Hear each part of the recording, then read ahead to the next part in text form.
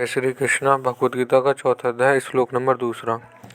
एवं परंपरा प्राप्ता ही मैं राज सर्व विदुषा कौलो न था महता योग नष्ट परंतप। इसका हिंदी अर्थ है, परंतप इस तरह परंपरा से प्राप्त इस कर्म योग को राजर्षियों ने जाना। बहुत तो समय बीत जाने के कारण वह योग इस मनुष्य लोक में लुप्त प्राय हो गया।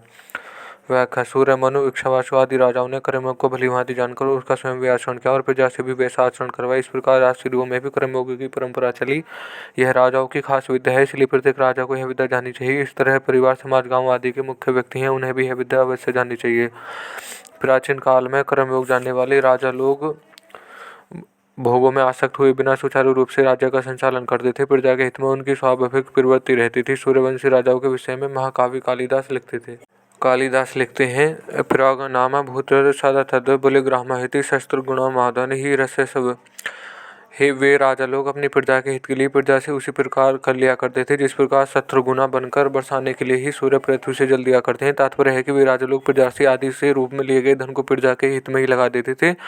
वे स्वार्थ में थोड़ा भी खर्च नहीं करते थे। अपने जीवन निर्वाह के लिए वे अलग अलग खेती आदि काम करवाते थे। कर्मयोग का पालन करने के कारण उन राजाओं को विलक्षण ज्ञान और भक्ति स्वयं प्राप्त थी। यही कारण था कि प्राचीन काल में बड़े बड़े ऋषि भी ज्ञान प्राप्त करने के लिए उन राजाओं के पास जाया करते थे। श्री देव व्यास जी ने पुत्र सकुदेव से भी ज्ञान प्राप्ति के लिए राजश्री जन के पास गए। वे छांदोग्योपनिषद के 5वें अध्याय में भी आता है कि ब्रह्म विद्या सीखने के लिए 6 ऋषि एक साथ महाराज अश्वपति के पास गए थे। तीसरे अध्याय के 20वें श्लोक में जनक आदि राजाओं को यहाँ सूर्य, मनु, इक्ष्वाकु आदि राजाओं का कर्मयोगी बताकर भगवान अर्जुन को मानो यह लक्ष्य कराते हैं कि गृहस्थ और क्षत्रिय के होते नाते तुम्हें भी अपने पूर्वजों के अनुसार कर्मयोग का पालन अवश्य करना चाहिए।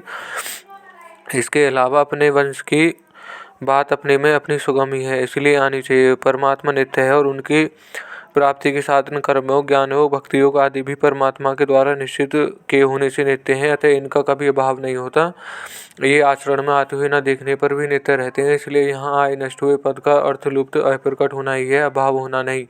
पहले इस श्लोक में कर्मयोग को अव्ययम अर्थात अविनाशी कहा गया है, अतः यहाँ नष्ट पद का अर्थ आदि कर्मयोग का अभाव माना जाए तो वे दोनों ओर से विरोध उत्पन्न होगा कि यदि कर्मयोग अविनाशी है तो उसका अभाव कैसे हो गया, और यदि उसका अभाव हो गया तो वह अविनाशी कैसे। इसके सिवाय आगे के श्लोक में भगवान कर्मयोग को पुनः प्रकट करने की बात कहते हैं। यदि उसका अभाव हो गया तो पुनः प्रकट नहीं होता। भगवान ने वचनों में विरोध भी नहीं आ सका, इसलिए यहाँ इस नष्ट पदों का तात्पर्य है कि अब इस अविनाशी कर्मयोग के तत्व का वर्णन करने वाले ग्रंथों को और उसको तत्व को जानने वाले तथा उससे आचरण में लाने वाले श्रेष्ठ पुरुषों का इस श्लोक में अभाव सा हो गया है। जहाँ से जो बात कही जाती है वहाँ से वह परंपरा से जितनी दूर चली जाती है उतना ही उसमें स्वतः अंतर पड़ा जाता है। यह नियम है कि भगवान कहते हैं कि कल्प में आदि मैंने यह कर्मयोग सूर्य से कहा था, फिर परंपरा से इस राजर्षियों ने, अतः इसमें अंतर पड़ता ही गया और बहुत से समय बीत जाने से वह योग उस मनुष्य काल में लुप्त प्राय हो गया। यही कारण है कि वर्तमान में इस कर्मयोग की बात सुनने तथा देखने में बहुत कम आती है। कर्मयोग का आचरण लुप्त प्राय होने पर भी उसका सिद्धांत सदैव रहता है,